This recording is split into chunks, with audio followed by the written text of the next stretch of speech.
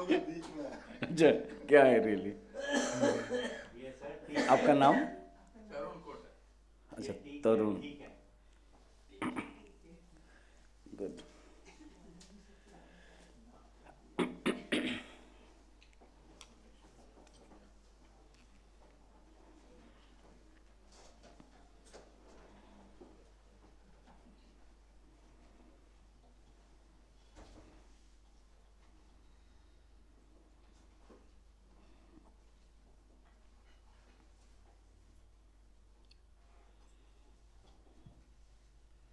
शुरू करें?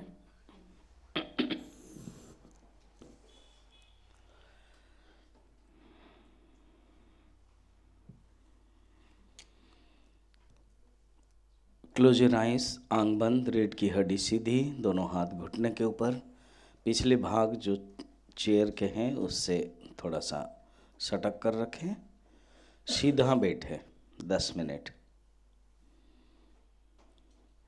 दीर्घ श्वास नाभि से लेकर के 3 बार ओम साथ में। दीर्घ श्वास स्टार्ट।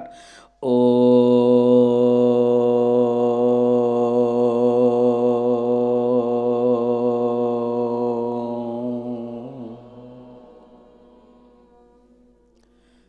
दीर्घ श्वास स्टार्ट। ओ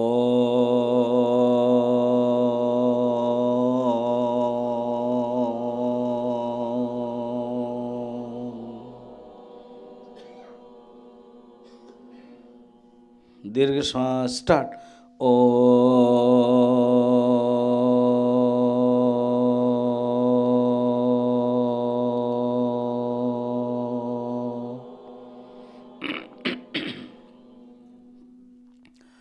ओम सहना भवतु, सहनौ भुनक्तु, सह वीर्यं करवावहै, तेजस्विनावधीतमस्तु मा विद्विषावहै।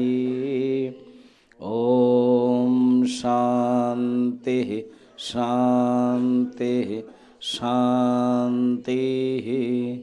गुरुर्ब्रह्मा गुरुर्विष्णुः गुरुर्देवो महेश्वरः, गुरुरेव परं ब्रह्म, तस्मै श्री गुरवे नमः। समस्तजनकल्याणे निरतं करुणामयं नमामि चिन्मयं देवं सद्गुरुं ब्रह्मविद्वरं, सद्गुरुं ब्रह्मविद्वरम्। आंख बंद, रीढ़ की हड्डी सीधी। आज हम ऑस्ट्रल बॉडी मेडिटेशन का प्रैक्टिस करेंगे। याद करें, पहला दिन फिजिकल बॉडी मेडिटेशन था, शरीर के अलग अलग अंगों का ध्यान किया था। वो टोटल बायोलॉजिकल था, मेडिकल। आज जो ध्यान करेंगे वो साइकिक है। शब्दों से अर्थ आपको पता चल रहा होगा। पारंपरिक रूप में उसको योग दर्शन में कुंडलिनी जागृत षडचक्र भेदन कहा गया है। 6 चक्रों के ऊपर ध्यान करना है। हमारे ही शरीर के पिछले भाग में इस चक्रों की कल्पना ऋषियों ने किया है। अगर बायोलॉजिकल डिसेक्शन करेंगे तो कोई चक्र शरीर में नहीं मिलेगा। हार्ट तो मिलेगा, लंग्स मिलेगा, स्मॉल इंटेस्टाइन, लार्ज इंटेस्टाइन, ये सब शरीर के जो पार्ट्स है, कोई डॉक्टर है तो वो ज़्यादा समझ सकते हैं। लगभग सबके शरीर में रोग होता है तो the patient is the half doctor, तो सबको पता चलता है शरीर के बारे में। मगर ये हम शरीर के माध्यम से साइकिक जो मनस्तत्व चक्र है उसको चिंतन करते हैं। जो इस प्रकार के साधना करते हैं बहुत अनेक संस्थाएं हैं, अनेक गुरु हैं जो अंतर्मुखी बनकर के इस चक्र के ऊपर ध्यान कराते हैं। हम एक वेदांत के छात्र होने के नाते हमें जितना आवश्यक है उसे इतना ही करना है। बिना गुरु में अगर हम ज़्यादा इस प्रकार के साधना में उन्मुख होंगे तो हमें फलदायक बदल में नुकसान हो सकता है। इसको हम कंसंट्रेशन और अपनी शक्ति को जागृत करने के दृष्टि से करते हैं। चलिए शुरुआत करते हैं। हमारे शरीर के ऊपर चिंतन करना है, एक एक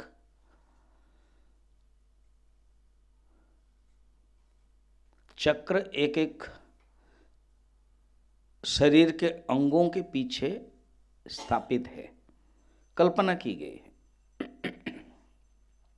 मलद्वार, मलद्वार के पीछे जैसे वेटेवर कलम है, ये तो फिजियोलॉजिकल है, वो अस्तित्व है इसका। मलद्वार के पीछे एक ऋषियों ने चिंतन किया एक चक्र, उसका नाम है मूलाधार। जब हम मूलाधार शब्द आपको कह रहे हैं, आपके अपने शरीर को चिंतन करेंगे। शरीर का जो मलद्वार पोर्शन है उसके पीछे एक कल्पना करेंगे। इसके लिए अलग अलग सुप्रीम पोजीशन है। पूज्य गुरुदेव और अरविंद इसको इवोल्यूशन ऑफ द माइंड कहा है।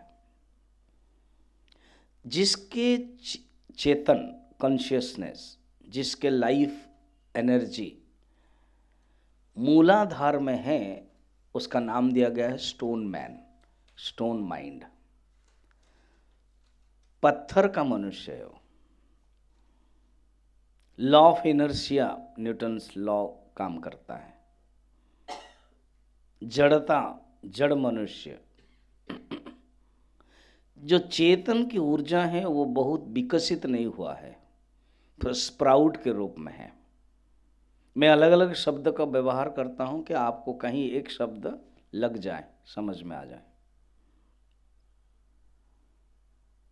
ये बहुत बेसिक एनर्जी है, बेसिक कॉन्शियसनेस के विकास के अवस्था है।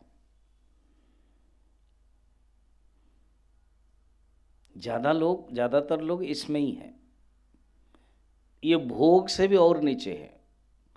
उनको आप देखते होंगे कुछ लोग जैसे भिखारी के रूप में या कहीं पर बहुत जड़ है और उनके अंदर कोई बुद्धि भी नहीं है, बोल नहीं पाते हैं, पूर्व जन्म के कर्म ही भोग रहे हैं। इसको वेदांत यही कहता है। ऐसे व्यक्ति ना मन विकसित है।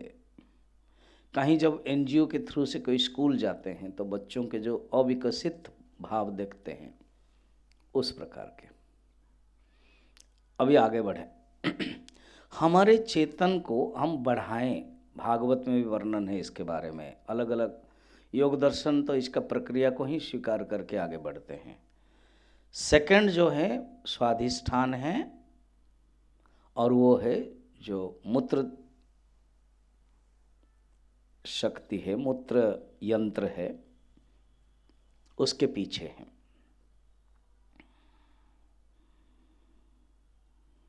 स्वाधिष्ठान है, उसको कहते हैं समझने के लिए प्लांट मैन है। कॉन्शियसनेस है, उसके जो शक्ति है वो थोड़ी सी ही उभरी हुई है, जीने के लिए है। Struggle for existence, survival of fittest, ये सब साइंस में, इवोल्यूशन थ्योरी में है।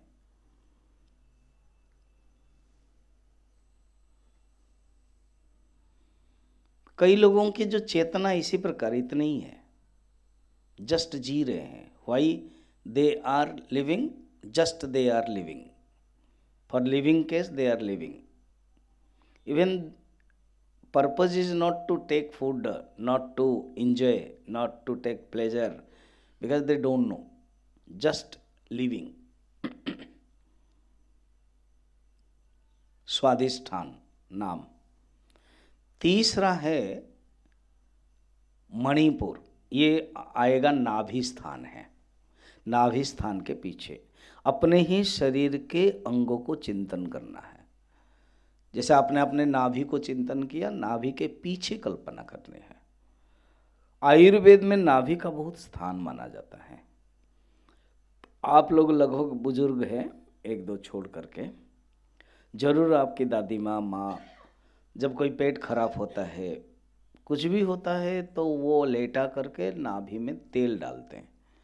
लहसुन के द्वारा गर्म हुआ तेल, थोड़ा थोड़ा लीक वार्म तेल नाभि में डालते हैं। ये एक ट्रीटमेंट है, नेवल ट्रीटमेंट। अभी भी थेरेपी में, केरला आदि अलग अलग जो थेरेपी होता है उसमें ये नाभि में माना जाता है। अलग अलग ट्रीटमेंट है, कहीं मिट्टी का, कहीं तेल का, पत्थर का, तो ये सब नाभि एक स्थान है, दिया जाता है। मैं इसलिए अनेक एग्जाम्पल दिया कि नाभि का महत्व को समझने के लिए। नाभि है जो एनिमल मैन है, यहाँ शब्द शुरू हो गया एनिमल माने भोग प्रधान। जब हमारे चेतना शक्ति नाभि के स्तर पर है, अर्थात मणिपुर स्तर पर है, अर्थात भोग प्रधान जीवन है। हमारा कॉन्शियसनेस सिर्फ भोग ही जानता है। शब्द देखिए, मणिपुर, मणि का अर्थ है धातु। धातु जो पदार्थ है वो यूटिलिटी वैल्यू है, वो भोग के लिए साधन है। पूर्व अर्थात स्थान है। जहाँ तक भोग के इंटेंशन है और मोटिवेशन है, तो बस इसी स्तर पर ही जीवन रहता है। जीवन की ऊर्जा, जीवन के स्पैन, जीवन के कॉन्शियसनेस इसी स्तर पर रहता है। ज़्यादातर यही लोग रहते हैं, 99% इसमें ही लोग रहते हैं। अब हम आते हैं अनाहत चक्र, हृदय चक्र। वेदांत में हृदय ये मेडिकल साइंस का हार्ट नहीं है। हृदय को हम अलग अलग परिभाषाएं दिखाते हैं। जो इमोशनल फैकल्टी है, जो इनर मोस्ट कोर पर्सनालिटी है, जो मन और बुद्धि का समन्वित रूप है, इंटीग्रेटेड माइंड एंड इंटेलेक्ट गुरुदेव कहते थे। इसका नाम भी बहुत सुंदर है, चक्र अनाहत। आहत का अर्थ है रीसाउंड, अनाहत का अर्थ है कोई साउंड नहीं है, नॉन रीसाउंडिंग। ऐसे इमोशनल फैकल्टी है ये, इमोशनल कैविटी है ये, इमोशनल चक्र है ये। इमोशनल माइंड कह सकते हैं, इमोशनल मैन कह सकते हैं। अर्थात कोई घटना, कोई व्यक्ति, कोई सोचते हैं जिसके अंदर एक भावना स्फुरित हो जाती है। एक स्नेह, एक दर्द, एक दया, एक करुणा, एक स्पंदन जब हमारे हृदय में आ जाता है तो जानना कॉन्शियसनेस इसी स्तर पर है। चौथा तक आ गए हम। पांचवा है कंठ। जो कंठ है वो विशुद्ध चक्र है। शब्द भी बहुत सुंदर, विशुद्ध कंठ। कंठ से ही मनुष्य पता चलता है, ऐसा बानी बोलिए मन का आपा खोए, औरन को शीतल करे आपन शीतल होए, कबीर।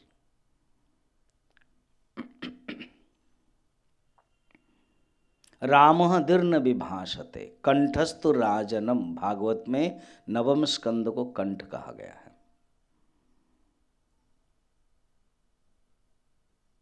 योग दर्शन में विभूति पाद है, 4 पाद है, उसमें से विभूति पाद है। उसमें कहते हैं कि जो साधना करते हैं, कंठ तक स्थिति करते हैं, वो जो बोलते वो सच हो जाता था। इसलिए दुर्वासा आदि ऋषि या तो वरदान दे देते थे, कुंती को दिया, या तो अभिशाप दे देते थे, शांतनु को दे दिया, दुष्यंत को। शकुंतला दुष्यंत की कथा में तो किसी को वरदान, किसी को अभिशाप, उनके मन की बातें हैं। जो बोलते वो सच हो जाता है।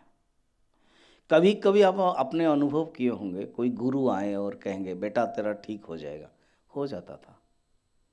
कोई गुरु कुछ दीक्षा दिया, मंत्र दिया, वो हमारे लिए जीवन में बहुत अच्छा हो जाता है। ये विशुद्ध चक्र का काम है। अब इसमें इंटेलेक्चुअल में मैंने man of voice, man of principle है, यहाँ पर मैन ऑफ वार्ड्स है। कोई बहुत मनुष्य जवाबदारी होते हैं, जो जवाब देते हैं उसको पूर्ण करते हैं। मैन ऑफ प्रिंसिपल है, मैन ऑफ वार्ड्स है, मैन ऑफ रूल है, मैन ऑफ रिलीजियन है।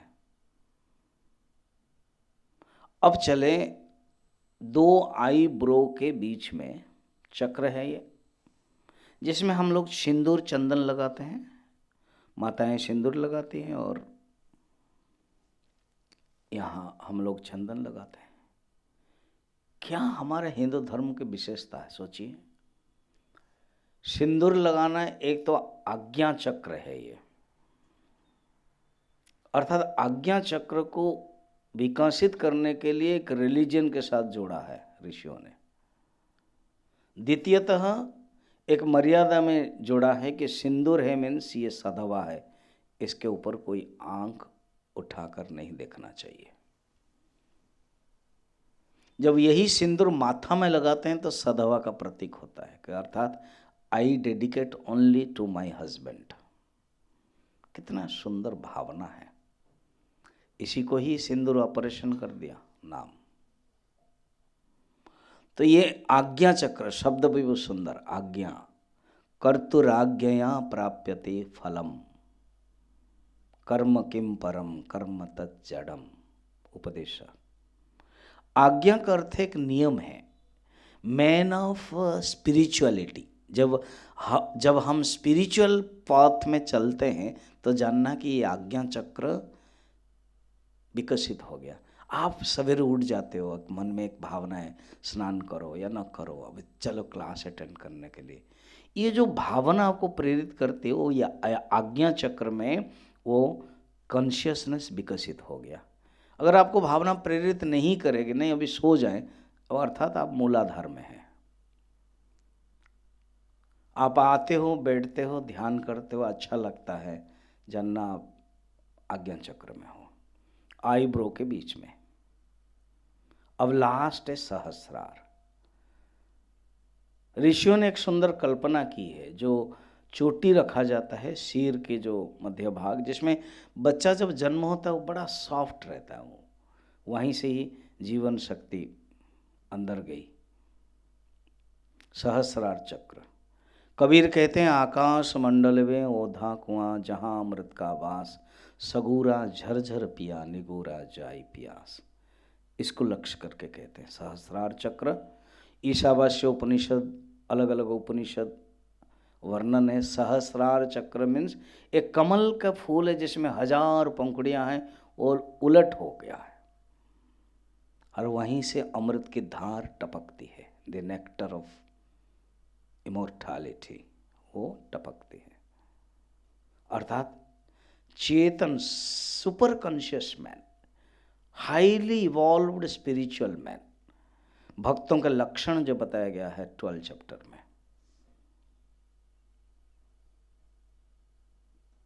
6 चैप्टर में, 13 चैप्टर में, गीता के ही, भागवत में तो भरमार है भक्तों के सिद्ध के लक्षण। वो उसी स्थिति में रहते हैं। कहने का मतलब है हम अपने शक्ति को मूलाधार से उठा करके लास्ट तक, सहस्रार तक पहुंचाना है। इसी को ही योग दर्शन, योग में, तंत्र में, आगम में कुंडलिनी जागृत का है। कुंडलिनी माने एक सर्प सोया हुआ है, कुंडली मार करके, तो उसको जागृत करना है शक्ति को। तो शक्ति को उन्होंने कल्पना की सर्प जैसा।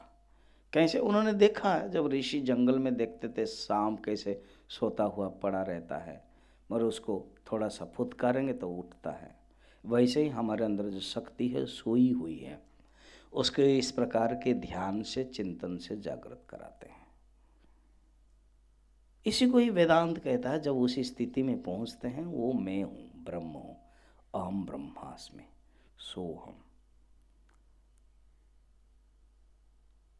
Just listen.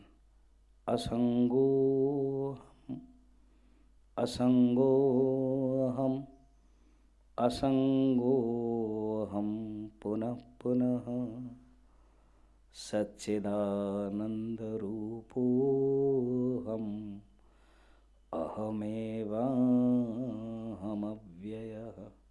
मैं असंग हूँ, सच्चिदानंद स्वरूप हूँ, अव्यय अमृत आत्मा हूँ। हाथ जोड़ दे, जोर से घिसे, स्टॉप, प्रेस करें, second time press, third time press, and धीरे धीरे आंख खोल दे।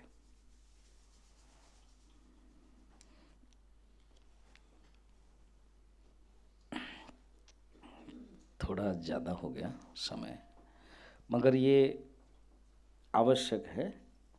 ज़्यादातर ध्यान में हमें क्या करना चाहिए, किस प्रकार ध्यान करना चाहिए, ये कन्फ्यूज़न रहता है। तो हमें मसाला चाहिए। जैसे किसी घर में माँ को कहा जाता है कि 8-10 आइटम बनाओ, तो बोला अरे सब्जियाँ नहीं है, सब्जियाँ दाल ये सब रहना चाहिए। तो ध्यान करने के लिए भी हमें मटेरियल चाहिए, बिल्डिंग बनाने के लिए मटेरियल चाहिए। तो ये सब मटेरियल है। सब्जेक्ट तंत्र का है, सब्जेक्ट योग का है, मगर क्योंकि हम लोग वेदांत के साधक हैं, उसको वेदांतिक विचारिक ये एक नमूना हमने आपको दिया। इससे क्या देखिए, आप पता है, आपको 20 मिनट आप ध्यान किया आज, आपको पता भी नहीं चलता। और खुद अकेला जब करेंगे 20 मिनट में 200 बार आंख खोलेंगे कि समय क्या हो गया, फिर क्या कर रहा हूँ। तो ये अगर आपके पास मसाला है, चिंतन के मेथड है, आराम से ध्यान चुटकी हो जाता है, कहीं भी बैठे तो ध्यान हो जाता है। ठीक है। अब इसी ढंग का ही अमृतविंदु उपनिषद में विचार करते हैं। अच्छा, पहले बताए, देखो यही ध्यान है, यही ज्ञान है। क्या? मन जब आपके हृदय में रहता है, 5 नंबर श्लोक देखिएगा, तावदेव निरोधभ्यम, तब तक निरोध करते रहो, मन को कंट्रोल करो, जब तक मन हृदय में न रह जाए। मन को कंट्रोल यही मेथड है। इसलिए देखो, आंख बंद किया, आपके घर में जरूर एक पूजा रूम होगा, भगवान ने आपको समर्थ दिया है, सबके घर हैं, तो एक पूजा रूम आप किए होंगे जरूर। नेक्स्ट टाइम मैं आऊँगा तो सबके घर जाऊँगा देखूँगा मैं कहाँ चेंज करना है, बताऊँगा। जैसे अमिताभ बोल रहे, स्वामी जी ये आश्रम और कुछ करना है, मतलब इतना सुंदर हुआ है, रो क्या करोगे, मेरी बुद्धि काम नहीं करती है एक बता रहा हूँ, स्वामी प्रेमानंद जो पता है ना, वृंदावन का बड़ा सुंदर, तो वो जो एंड जो आते हैं, वो कहते अरे तुम आया करो, बहुत दिन हुआ नहीं आया। तो वो छोटे छोटे जो खिलौना वाले, वो बोलते ये लाता नहीं है, तो बोले अरे इन लोगों को लाया करो। तो फिर बोले, वो दोनों जो बोलते हैं कि कुछ कहिए, तो क्या क्या कहूँ, तुमको देखते ही मेरे मन गायब हो जाता है। देखो इतना स्वामी जी सरल है, इतना सुंदर से बोलते हैं। तो कहने का मतलब है, हमारा मन भी, जो इन्होंने कहा ना, मैं गुरुधाम देखते ही मेरा मन इतना खुश हो जाता है, और क्या बताऊँ मैं। और शायद बिल्डिंग के बारे में, मैनेजमेंट के बारे में मुझे इतना पता नहीं है। मुझे पता है कि क्लास लेने के लिए एक हॉल अच्छा है, कितना सुंदर हॉल है, और क्या चाहिए, है ना, जहाँ मेडिटेशन कर सकें, जहाँ डिस्टर्बेंस ना हो। Thank you. तो जहाँ आपके घर में एक है, वहाँ बैठो। नीचे नहीं बैठ पाते हो, कुछ ज़रूरत नहीं हो, जो थोड़ा सा चेयर है बैठने का, उसमें बैठो। भगवान को भी थोड़ा ऊंचा उठाओ, सो दैट आप देख सकते हो। 5, 10, 15 मिनट करो। पूजा अलग, जो आप कर रहे हो परंपरा के अनुसार अलग, इसको स्टार्ट करो। अगर मेरे 5 दिन 6 दिन में आपको लगा प्रेरणा मिली तो आप 5-10 मिनट मेडिटेशन कर लिया करो। प्राणायाम, मेडिटेशन, अलग अलग मेथड्स, एक दो छूट जाएगा तो मैं जानबूझ के छोड़ूंगा, सो दैट नेक्स्ट ईयर के लिए, ठीक है। तो वो कर लिया करो, अच्छा है। तो देखो अभी कहते हैं मन को आप कंट्रोल करो और मन को रखो हृदय में, और हृदय में ही वो ही अपना घर है। गुरुदेव बोलते थे ना हरि ओम। वो कल हमारे बात कर रहे थे सोम, गुरुदेव को 69-70 से जान रहे थे। मैं भी इनको लगभग आचार्य जब था 2002-03 से जानता हूँ। अब गुरुदेव लगभग 8-9 बार उनके घर में आ चुके हैं, प्रोग्राम में, गुरुजी आदि सब लोग। तो गुरुदेव की एक शैली बोलते हैं हरि ओम। तो मैंने क्या, HURRY, हरि, नॉट HARI, वो तो है ही, हम लोग करते हरि ओम, हरि ओम। यहाँ आए हैं, ये हमारे एक धर्मशाला है, अपना घर नहीं है। अपना घर तो वो इमोर्टालिटी, अमर देशवा कबीर कहते हैं, वो अमर देशवा वो हमारा घर है, कोर पर्सनालिटी। तो यहाँ पर भी एक घर है ओरिजिनल।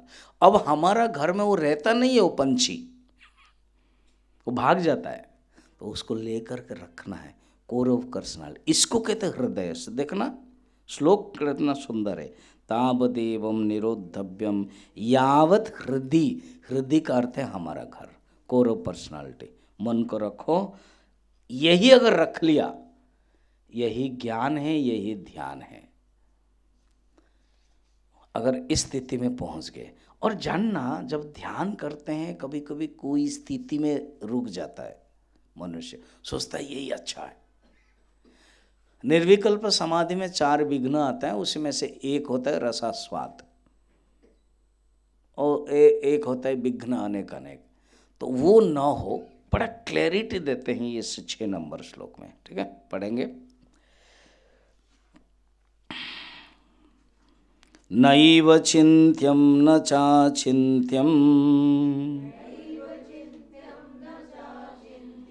न चिन्त्यं चिन्त्यमेव तत् पक्षपात विनिर्मुक्तं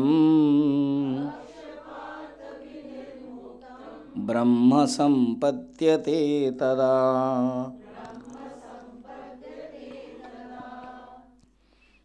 देखो इस मार्ग में अटकने की बहुत संभावना है। जैसे अभी सुंदरकांड में वर्णन है कि हनुमान जी जब जा रहे थे तब मैनाक पर्वत आया और कहा कि आप यहाँ थोड़ा रुक जाओ। तो उन्होंने क्या किया, हनुमान तेहि परसा कर पूनी कीन प्रणाम, राम काज कीने बिनो मोहि कहाँ विश्राम। यहाँ पर भी जब हम चिंतन करते हैं, आत्मचिंतन, कहीं पर रुक जाते हैं तो कहते हैं यहाँ रुकना नहीं। क्या, नैव चिंत्यम, इसको तुम चिंतन नहीं कर सकते हो। अच्छा, अभी तो आप बोल रहे चिंतन करो, ध्यान करो, 5 मिनट करो, वो करो, और फिर बोल रहे चिंतन नहीं कर सकते हो। अर्थात तुम समझो, it is not the matter of mind. Oh this means yes, it is not the matter of mind. Oh, then never mind. But I didn't understand. Doesn't matter. Because it is not matter of mind. ये मन के स्तर पर नहीं है। तो शायद तुम मन के स्तर पर रह करके चिंतन करोगे तो वो आत्मस्थिति नहीं होगी। It is not the level of the mind. ये मन के स्तर पर नहीं है, मन के द्वारा तुम चिंतन नहीं कर सकते हो। फिर कैसे चिंतन करें? कहते इसका 2 अर्थ है। एक है जो बहिर्मन है, जो आउटर माइंड है, जो एक्सट्रोवर्ट माइंड है, ये चिंतन नहीं कर सकता है। इसी को उपनिषद में ही कहते हैं यन मनसा न मनुते, केन उपनिषद में। मन इसको चिंतन नहीं कर सकता है। फिर कठोपनिषद में कहते हैं मनसा एवं आप्तव्यम, मन के द्वारा ही जान सकते हैं। फिर वहाँ कैसे हो गया, कहते हैं वो इंटरनल माइंड, वो जो मन साफ हो गया, कल एग्जाम्पल मैंने बताया था, मन साफ हो गया, अपने रैक में वो रहा है। जब साफ क्लीन हो गया तो वो रह सकता है, जब तक क्लीन नहीं एक स्पॉट भी होगा तो वहाँ नहीं रख सकते, मतलब साफ करो फिर। वैसे मन जब शुद्ध हो गया, वो अपने कोर ऑफ पर्सनालिटी में, कोर कैविटी में जब रहता है, वो मन ही चिंतन कर सकता है। नैव चिंत्यम न अचिंत्यम। अच्छा, तो कहते नहीं, ये अचिंतनीय नहीं है, अनथिंकेबल भी नहीं है। ये नहीं कि तुम you can think through mind, and it is not that the unthinkable. ऐसे सब श्लोक सुनकर ना मैक्स मुलर कहते थे the rishis are some lunatic. पता नहीं, जंगल में बहुत दिन हुआ खाते नहीं थे, भूख रहते थे, बारिश में या अकाल पड़ता था या गर्मी में जब खाना नहीं मिलता है तो दिमाग में यही सब निकलता है। आपको पता है ना, जब भूख लगती है तो कुछ ना कुछ बड़बड़ाता है मनुष्य, तो ये सब ब्लैबरिंग है। कभी कभी मैक्स मुलर जैसे व्यक्ति नहीं समझ सकते थे, कहते तो ब्लैबरिंग है, क्योंकि ऐसे ही एक मंत्र केन उपनिषद में है, अगर तुम सोचते हो तुम जानते हो तो तुम नहीं जानते हो, अगर तुम जानते हो तो जरूर नहीं जानते हो, अगर तुम वो सोचते हो कि नहीं जानते हो तो शायद तुम जानते हो। इसको ये गुरुदेव ने कहा। अब केन उपनिषद का कमेंट्री पढ़ना, ये सुन करके ये मैक्स मुलर आदि सोचा कि पागल हो गई है। वो जो स्थिति पर बोल रहे थे उसको समझना है। कहते नहीं, मैटर ऑफ माइंड नहीं है तो फिर मन में ही रह जाओगे। अच्छा, ये नहीं कि मन में नहीं है तो छोड़ दे ना, वो भी नहीं है, अनथिंकेबल भी नहीं है। न चिंत्यम अचिंत्यम, इसको चिंतन है न अचिंतन, थिंकेबल है न अनथिंकेबल, ये भी नहीं कह सकते हो। फिर पक्षपात विनिर्मुक्त, पक्षपात माने किसी एक सब्जेक्ट मैटर के अंतर्गत भी नहीं हो। जैसे कहते हैं मैं इसमें हूं, जैसे रामायण में है भगवान राम और भरत लीडर बन करके खेलते थे बच्चे में, तो लक्ष्मण कहते थे मैं राम के पक्ष में हूं। राम हार भी जाते थे, चलेगा मैं पक्ष में रहूंगा, पक्ष। भागवत में भी कृष्ण और बलराम तो कहीं पक्ष में है ना, हम लोग कहेंगे हम गुरुदेव के पक्ष में हैं, हम चिन्मय मिशन पक्ष हैं, मगर आत्मा जो है वो किसी के पक्ष में नहीं है। पक्षपात विनिर्मुक्त, वो जागृत स्वप्न सुषुप्ति से परे हैं, वो ब्रह्मा विष्णु महेश्वर से परे हैं, कहीं भी इवन माया के पक्ष से भी परे हैं। माया विनिर्मुक्त, पक्षपात विनिर्मुक्त, ऐसे जो अनुभव करता है ब्रह्म संपत्त्यते तदा, ऐसे स्थिति में, अर्थात जब साधना के उच्च स्तर पर हम पहुंचेंगे, वो कहीं ना कहीं अटकने की है, जंक्शन पड़ा हुआ है, उस जंक्शन में रुक जाता है साधक, कहते उस जंक्शन से परे, चिंत्यम से परे, अचिंत्यम से परे, न चिंत्यम अचिंत्यम और पक्षपात विनिर्मुक्त, वो स्थिति है। कैसे जानेंगे वो स्थिति? बस जब ये प्रश्न भी हट जाएगा उस स्थिति में पहुंचेंगे। कैसे जानेंगे कि हम नींद में चले गए? बस ये वृत्ति भी हट जाएगा तो चले जाएंगे। जब तक ये वृत्ति रहेगी कि मैं नींद में आऊँगा, मुझे नींद प्राप्त करना है और नींद की अनुभूति करनी है, नींद कहते तब तक नहीं आ सकते हो। वो वृत्ति भी, जागृत अवस्था की वो वृत्ति भी हटेगी। You glide, you sleep, then you sleep into sleep, है ना? वैसे ही स्टार्टिंग में हम साधक के रूप में चिंतन प्रश्न पूछेंगे, कल हमने बताया था किष्किंध्या कांड में हनुमान जी प्रश्न पूछते हैं, हम लोग भी एक साधक के रूप में प्रश्न पूछना चाहिए। तद्विधि प्रणिपातेन परिप्रश्नेन सेवया, गीता। मगर लास्ट में वो सब शांत हो जाता है, वो है ब्रह्मपद्य। अब कहते ठीक है, मगर हम उसी तक पहुँचे नहीं हैं, हम साधक हैं। उस साधक को किस प्रकार की साधना करनी चाहिए, तो यहाँ साधना बताते हैं। इन 7 मेथड्स मेडिटेशन में एक मेडिटेशन का नाम है डिवाइन साउंड मेडिटेशन। होगा तो मैं कल लूँगा, आज क्योंकि ये थ्योरी यहाँ पर है। तो अब वो प्रणव उपासना, डायरेक्ट टॉपिक जाते हैं। देखो, उपनिषद में कोई कहानी नहीं है, कोई पूजा नहीं है, कोई इधर उधर के सगुण उपासना नहीं है। इतना तक देख रहे हो को डायरेक्ट चिंतन के मेथड है। और अभी प्रणव उपासना, नाद बिंदु उपासना कहते हैं इसको। नाद बिंदु उपासना, प्रणव उपासना, ओंकार साधना, इसको हम प्रैक्टिस कल करेंगे, आज देख लेते हैं। 7 नंबर पढ़ना। स्वरेण संधयेत योगम अस्वरम भावयेत परम अस्वरेणानुभावेन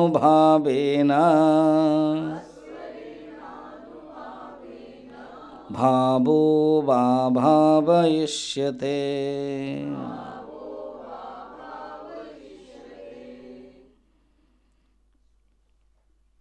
स्वरेण संधयेत। स्वरेण स्टार्टिंग में स्वर, स्वर का अर्थ है ओमकार, उच्चारण। ऐसे व्याकरण के दृष्टि से ग्रामर बचपन में पढ़ा है ना, वो अक्षर के बारे में, स्वर वर्ण, व्यंजन वर्ण, ये सब पढ़ा। तो यहाँ स्वर का अर्थ है, क्योंकि अ उ म ये तीनों ही स्वर है, हालांकि म व्यंजन है और लास्ट है, वो है ओम। स्वरेण स्टार्टिंग करना है विधि पूर्वक ओम की एक एक मात्रा के करके एकाग्रता करनी है, जैसे हम बताते हैं। अब ज़्यादातर सारा वर्ल्ड में ये ओंकार का जो चिंतन है, और कभी कभी आपने रील में कहीं पर देखा होगा, जो सूर्य से कोई एक शब्द निकलता है, ओम की गूंज होती है। साइंटिस्ट लोग, जो नासा के साइंटिस्ट, उन्होंने अनुभव किया, उसको कैप्चर किया, उसको भेजा। वो एआई भी हो सकता है, एआई बोलते हैं ना, हो सकता है। पहले पहले हम भी सोचते थे सही है, अब एआई नाम से हम बोलते हैं सही यही होगा। डजंट मैटर, मगर इसकी एक विधि है। तो ओम साधारणतः बैठते हैं, और जैसे मैंने कहा कि नाभि से दीर्घ श्वास लेना है और उच्चारण करना है ओम आदि। यहाँ पर कहते हैं नहीं, ये तो ठीक है, 3 मात्रा के प्रधानता से करना है। जैसे अ, तो अ स्टार्ट करना, अ,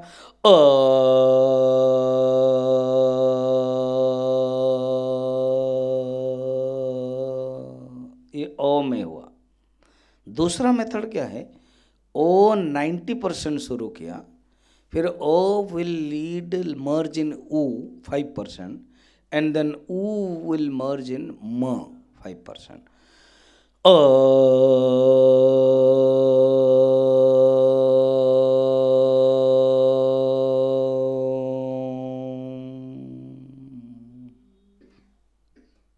ठीक, इसी प्रकार ओ से ही स्टार्ट करना पड़ेगा, मगर अ 5%, ऊ फिर 90%, कंटिन्यूस ऊ चलेगा, फिर उसके बाद माँ। कल करेंगे हम लोग, क्योंकि इसी में फंस जाएंगे तो फिर हम आगे नहीं बढ़ पाएंगे।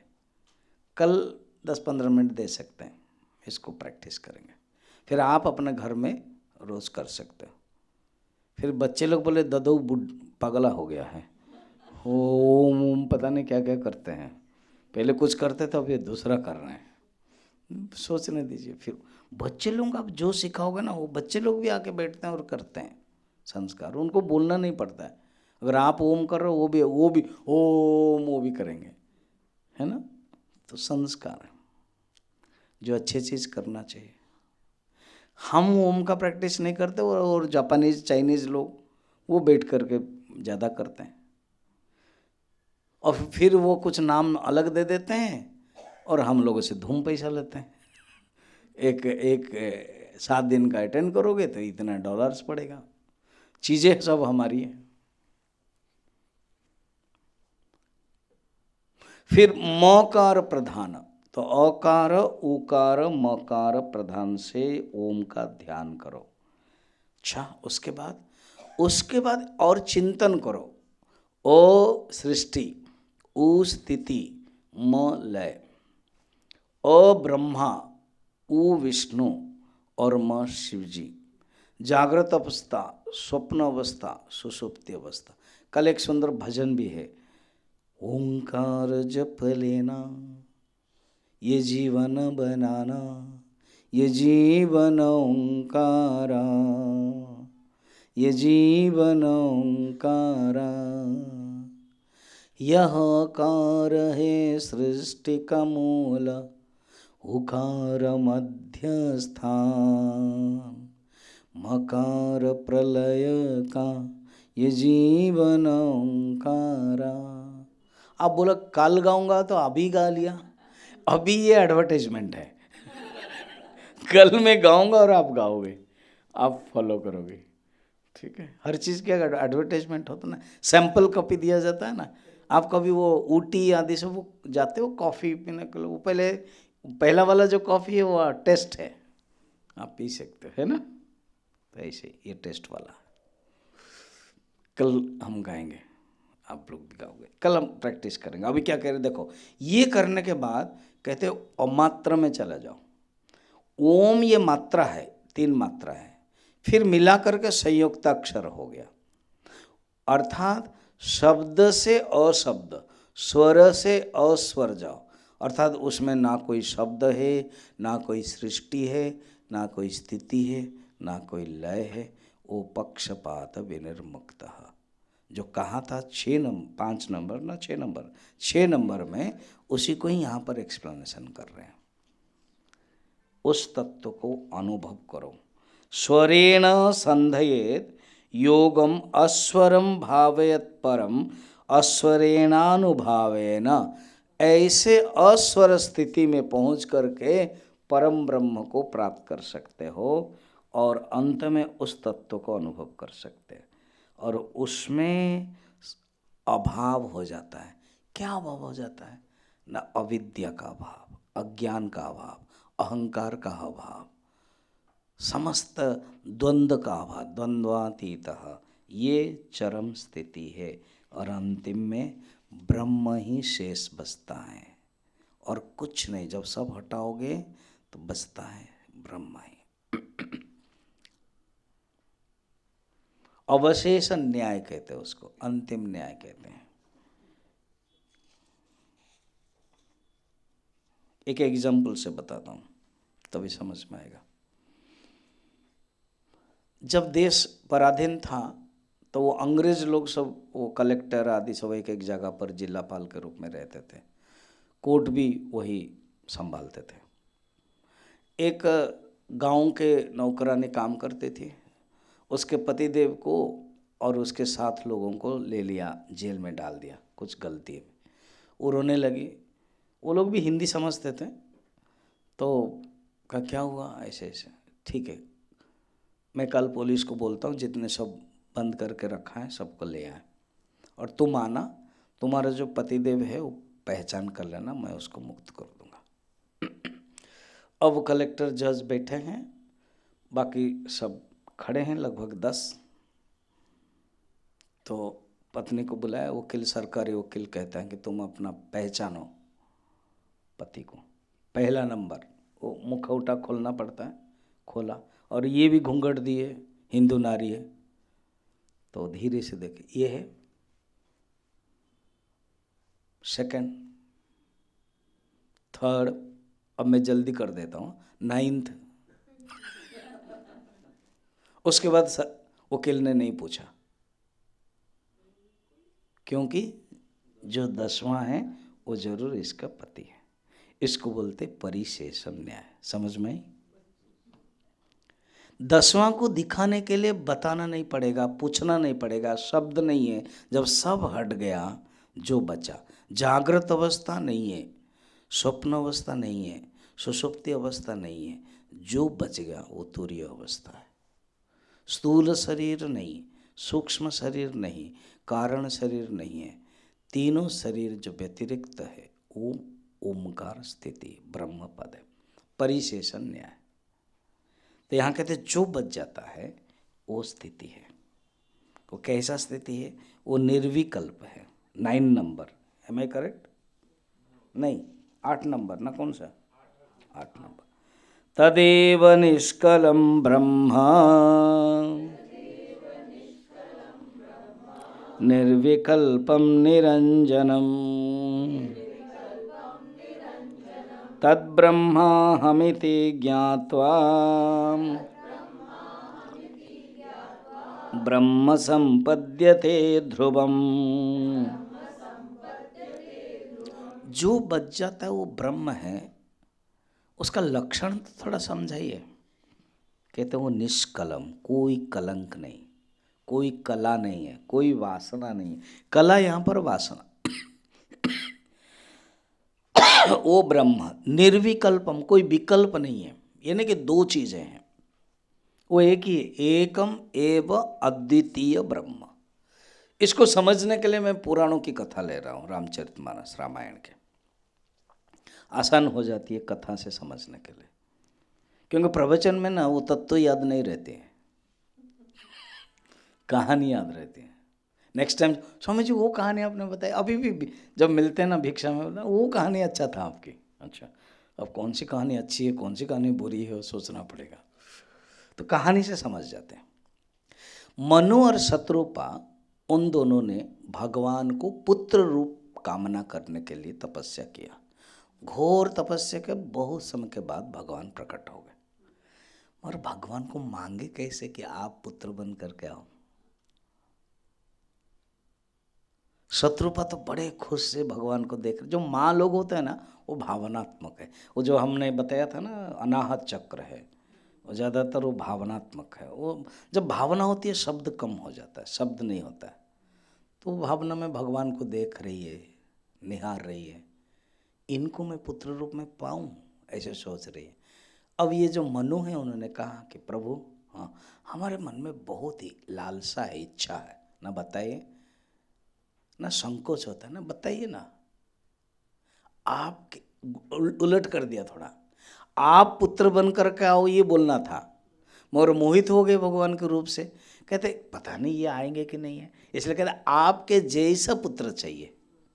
भगवान हंसने लगे, सोच रहे थे कुछ, मांगा कुछ।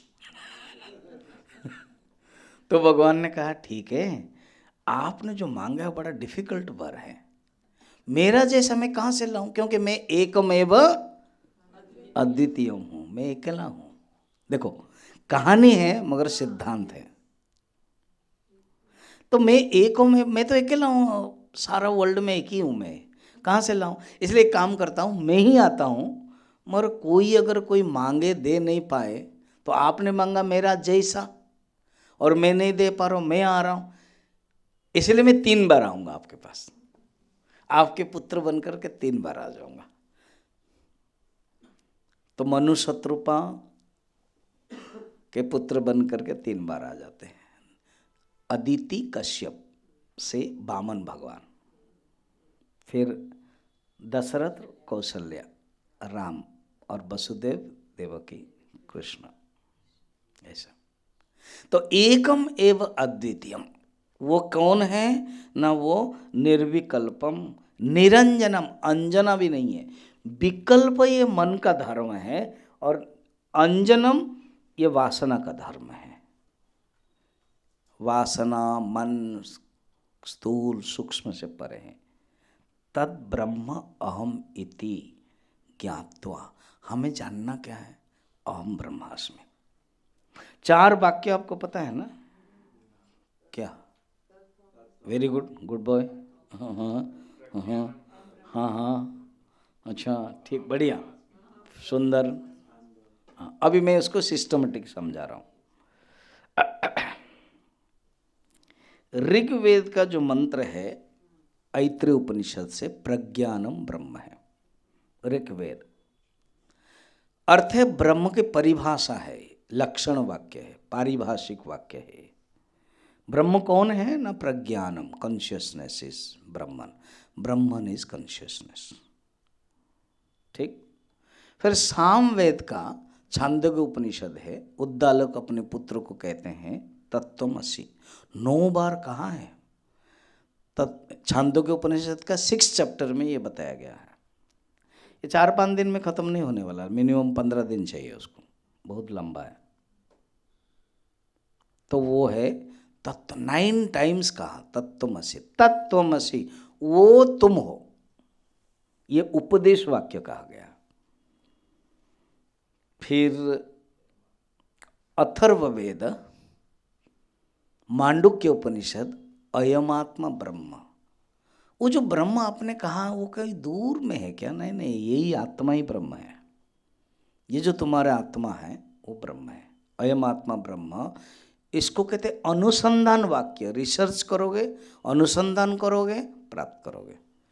एंड लास्ट है यजुर्वेद का बृहदारण्यक उपनिषद, याज्ञवल्क्य जी कहते हैं अहम ब्रह्मास्मि।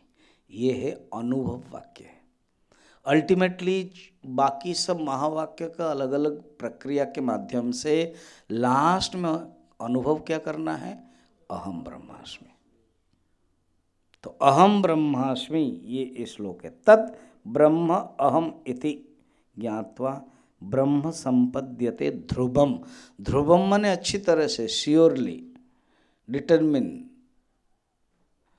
संपद्यते ब्रह्म को प्राप्त कर लेता है। ठीक। देखो अभी वो किसी हाइट में ले लिया, तुम कौन हो? तुम ब्रह्म नहीं हो। मैंने शायद बताया था 1-2 दिन में, आई डोंट नो।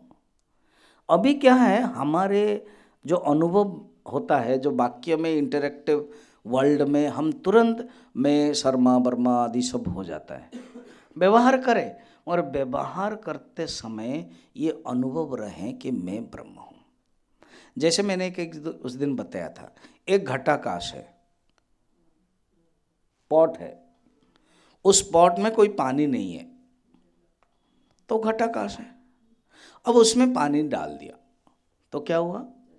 जलाकाश हो गया। तो जलाकाश ने घटाकाश को क्या कर दिया? कवर कर दिया। मगर क्या घटाकाश गायब हो गया? घटाकाश के ऊपर ही जल रहा। घटाकाश अगर गायब हो जाएगा जल नहीं रह सकता है। घटाकाश के बदौलत जलाकाश है। जलाकाश आज दिखाई दे रहा है तो घटाकाश के कारण। घटाकाश अधिष्ठान है, घटाकाश मगर दिखाई नहीं देता है। और बलबल कौन करता है? जलाकाश। वैसे ही जलाकाश सदृश हम जीवात्मा है। मैं पति पत्नी ये सब जलाकाश है, मगर असली रूप में है कौन? ब्रह्मास्मि घटाकाश। मैं कूटस्थ चैतन्य। कूटस्थ चैतन्य के ऊपर ही जलाकाश आता है। अच्छा, घटाकाश को देखने के लिए व्यवहार में, एग्जाम्पल में, हमें जल को हटाना पड़ता है, तभी हम कहेंगे। यहाँ पर जल को हटाना जरूरत नहीं है, जल रहते हुए भी अनुभव करना कि मैं ब्रह्म हूँ हमेशा। इन एंड थ्रू एक एग्जाम्पल भी दिया था। जब हम प्रयागराज जाते हैं, गंगा और यमुना को देखते हैं, मगर हम अनुभव करते हैं कि सरस्वती भी है, तभी प्रयाग होगा। तो तीनों नदी का तभी त्रिवेणी होगी। तो इसी प्रकार जो मैं ब्रह्म हूँ वो मैं हूँ, ये मैं अनुभव करता हूँ। 9 नंबर श्लोक उसी को ही कंटिन्यू करते हैं। निर्विकल्पम अनंतम च हेतु दृष्टान्तवर्जितम् अप्रमेयमनादिं च यज्ञात्वा मुच्यते बुधः।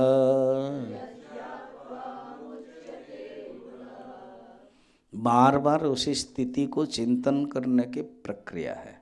निर्विकल्प शब्द 8 में भी था और 9 में भी है। निर्विकल्पम सेम, अनंतम, ये अंत नहीं है। देश की दृष्टि से अंत होता है, देश की दृष्टि से सीमा होती है। भारत की सीमा है, गुरुग्राम की सीमा है, थोड़ा सा दूर चले जाए उत्तर प्रदेश आ जाता है, फिर दिल्ली आ जाता है, अब ये हरियाणा में है, सीमा है। वो जो परमात्मा ब्रह्म वो सीमा में नहीं है, वो सर्वगत चारों तरफ व्याप्त है। अब ये कहानी से वो समझ जाते हैं। एक अकबर के प्रासाद में, माने उनके जो शासन में, मुसलमान कवि लोगों ने थोड़ा सा कान में बता दिया, एक प्रश्न पूछोगे तो बीरबल नहीं दे पाएंगे। अच्छा, कौन सा प्रश्न है? उनको अच्छा लगा, एक्साइटेड लगा, क्यों कभी कभी वो अकबर को लगता है कुछ भी पूछते उत्तर दे देता है ये बीरबल। क्या प्रश्न बताओ ना? प्रश्न ये है कि आप कर सकते हो मगर हिंदू का जो भगवान है वो नहीं कर सकते। अकबर को अच्छा लगा, वो I can do but he can not do, yes this question you ask. तो सभा प्रारंभ हुआ। वो बीरबल, मेरे मन में आज प्रश्न है, सब बैठे हैं, सबको मजा आ रहा है, देखेंगे आज तो फंसा ये आदमी। कहता मैं कर सकता हूं मगर तुम्हारा परमात्मा नहीं कर सकते। तुरंत बीरबल उठा और कहा आप कहीं भी जा सकते हो, मेरा परमात्मा कहीं नहीं जा सकता। तो खुश तो हो गया कौन? अकबर, बिना समझ के बिना समझ के खुश हो गया। पूछा कि इसका अर्थ? इसका अर्थ आप सीमित है इसलिए कहाँ जा सकते हो, मेरा परमात्मा सर्वव्यापी है इसलिए कहाँ नहीं जा सकते हो। वक्रोक्ति न्याय है ना? परमात्मा चारों तरफ है, कहाँ जाएगा? जहां जाओगे पहले से ही परमात्मा है। मगर जो देश से व्याप्ति है, सीमा, वो जा सकता है। कितना सुंदर है। चलो याद आ रही चुटकुला। फिर एक ऐसे क्वेश्चन था, कुछ भी पूछे तो आंसर दे देता है। तो कहते हैं अकबर पूछते हैं बीरबल ये बताओ ना, हाँ ना, मेरे हाथ में हथेली में बाल नहीं है, क्यों बताओ, तुमको आंसर देना पड़ेगा। प्रभु हाँ, आप धन दान देते हैं देते हैं देते हैं देते हैं इसलिए बाल नहीं है। अकबर गुस्सा हुआ, तेरे हाथ में क्यों बाल नहीं है? क्योंकि हम लेते हैं लेते हैं लेते हैं इसलिए बाल नहीं है।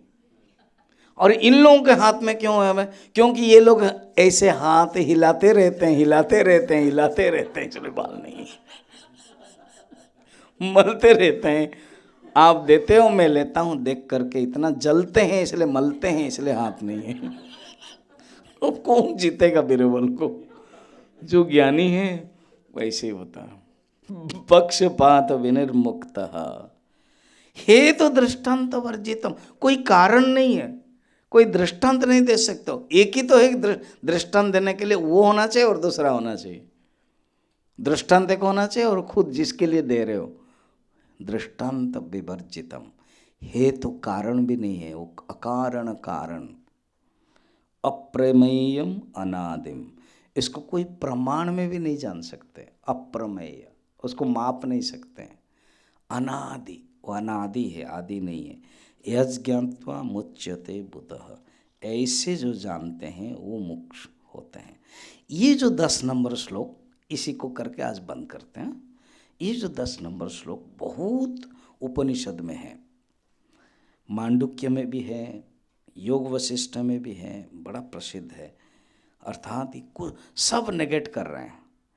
न निरोध न चोत्पत्ति,